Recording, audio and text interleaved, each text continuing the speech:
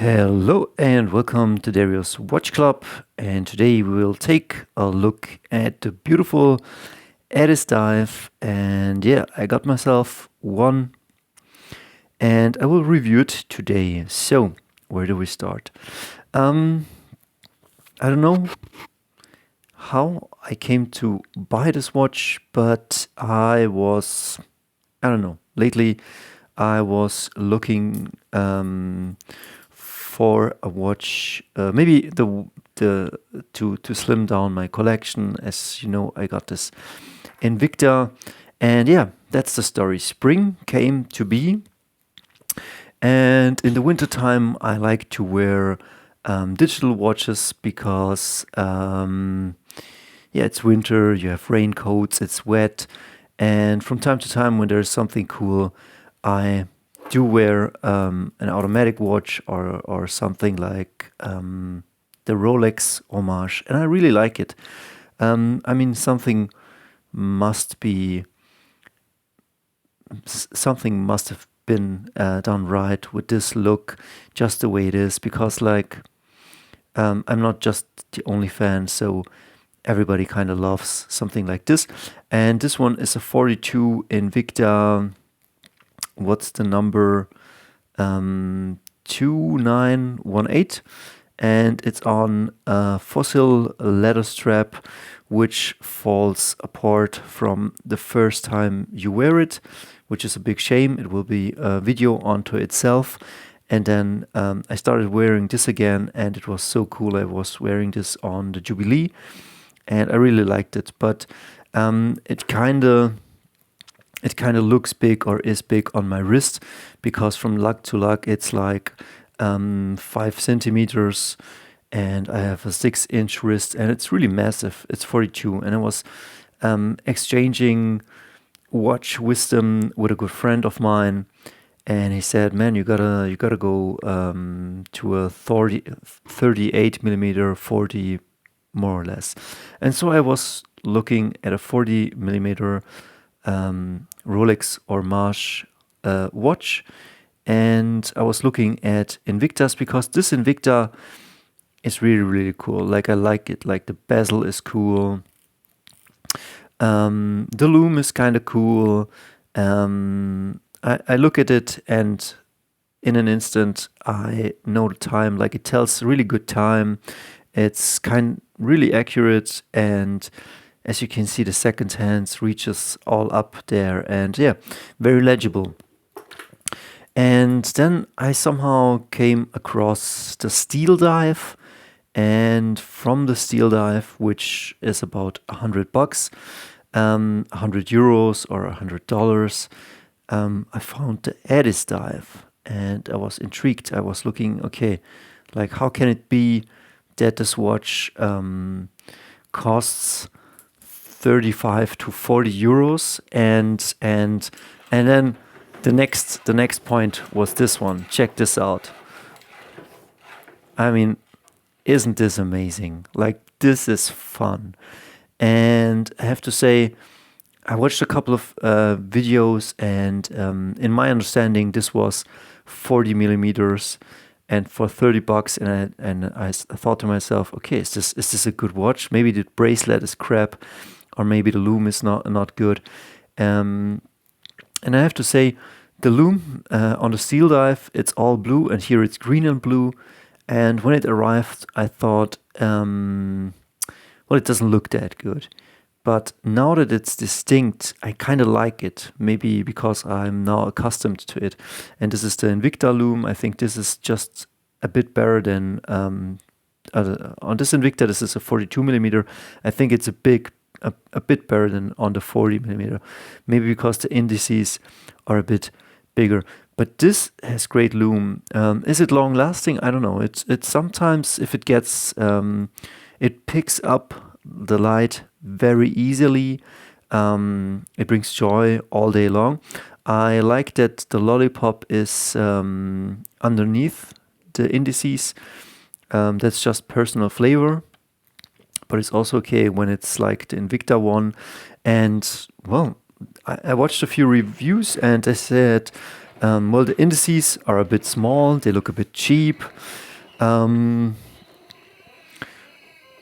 The watch per se is pretty cool. No, like solid Endlinks. I don't know if this is truly 200 meters of water resist, but they said pressed out clasp. Nothing special, but really cool. Like it's a clasp. You can get it up here and then press in. I like it. It has a few sharp edges, I would say. Also here on this point, it could be a bit. I mean, it cuts almost the paper, but the point is this will never reach your hand like this tip here, and you could file it down. The bracelet is kind of decent. Let's put it on, and then I will go into the measurements. Yeah. And also and then I watched a couple of reviews, and everybody was was saying, yes, okay, the bracelet is kind of cheap, kind of sharp edges, but also good, nothing to worry about. And you should absolutely go for it and try it out. And I thought it was a 40 millimeter just to see how it fits on my wrist. As you can see, it killed all of my hairs here.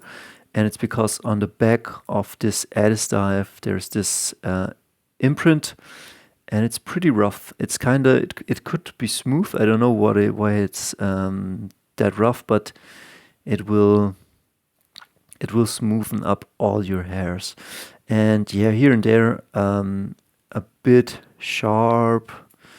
Could be smoother, but for this price point, I understand. But here I got an Invicta watch for let's say $100 and similar edges, not as sharp, but also kinda sharp. So and the Jubilee was kind of cool. But yeah, and then I got this watch a week ago, and out of the box I picked it up, and later I realized that the diameter is 41 millimeters, so it's not a 40, it's a 41. I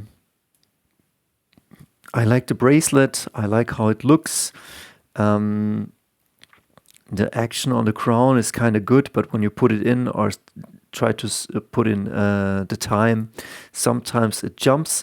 And as you can see, the first thing that bothered me was the second hand doesn't hit the marks as nicely as it should be.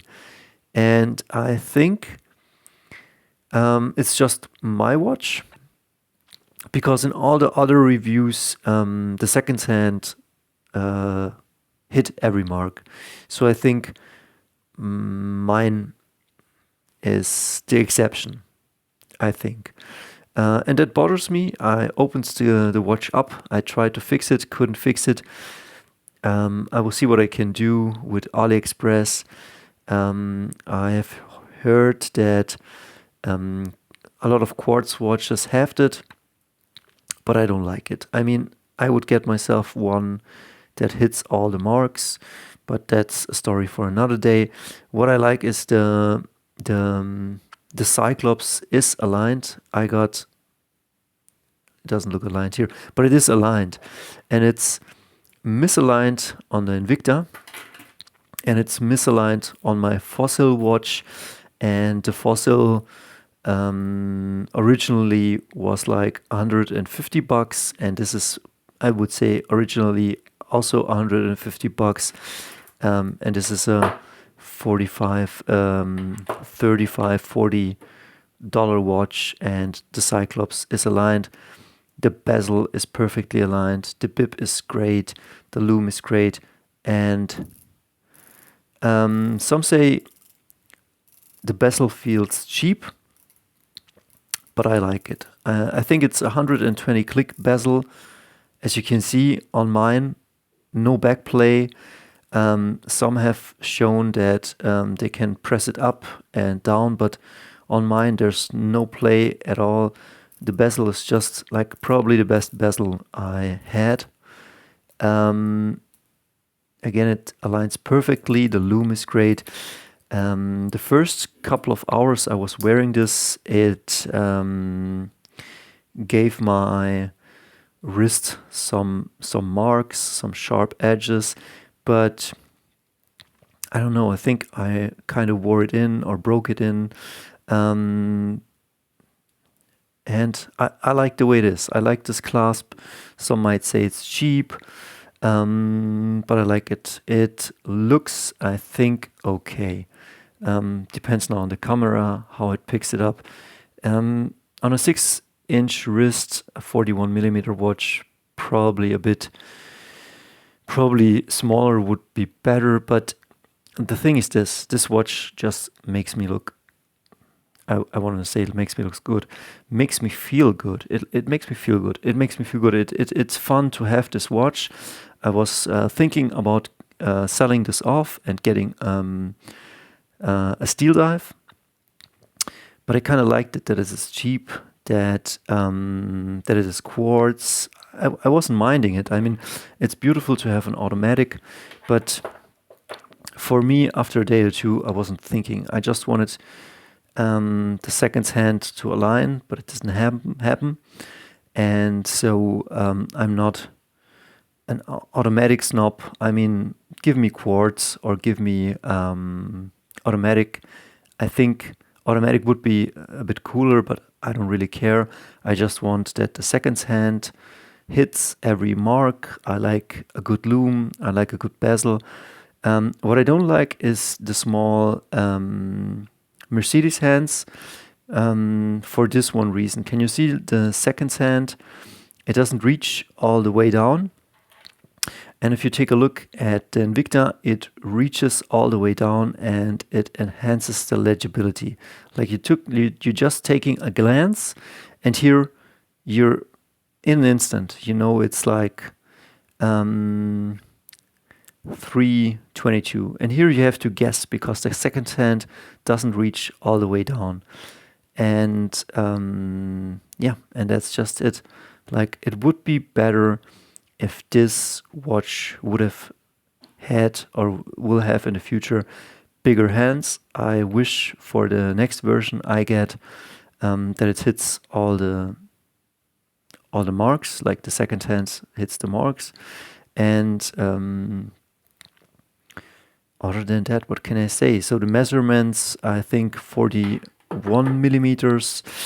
The clasp is a 21, and then it tapers down to, let's see, to 18, and the thickness or the height of the watch is how many millimeters? 1, 2, 12, let's say 13, roughly 13 millimeters. So this is not the same as the Invicta. As you can see, the Invicta presents a bit more size. It's also heavier. It's also bigger. It's a 42. This is a 41. But can I recommend the ADDISDIVE diver? And yes and no. A good hard yes. If it comes and you're happy to have a decent or great watch for 35 euros or 40, I think this is a good watch.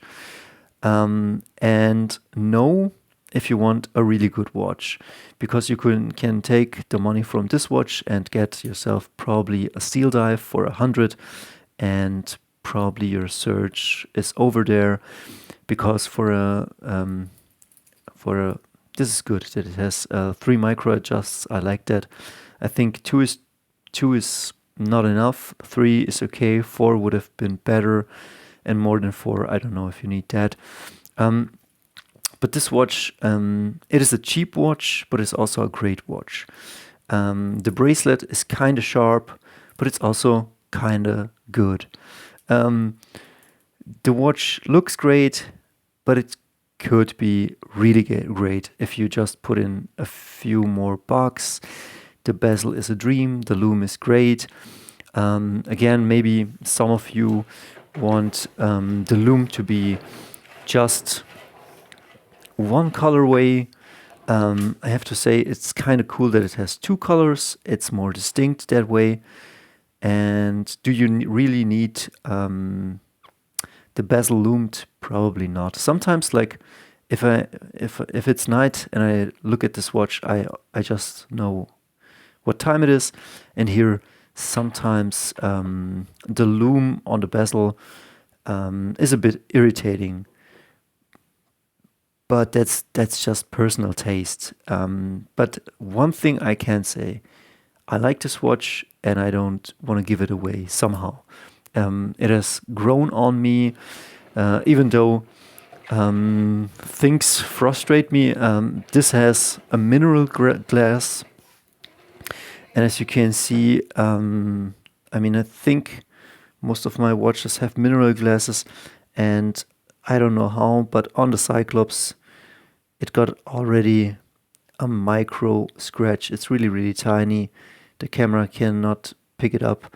As you can see, like right here, can you see it? Like there, here.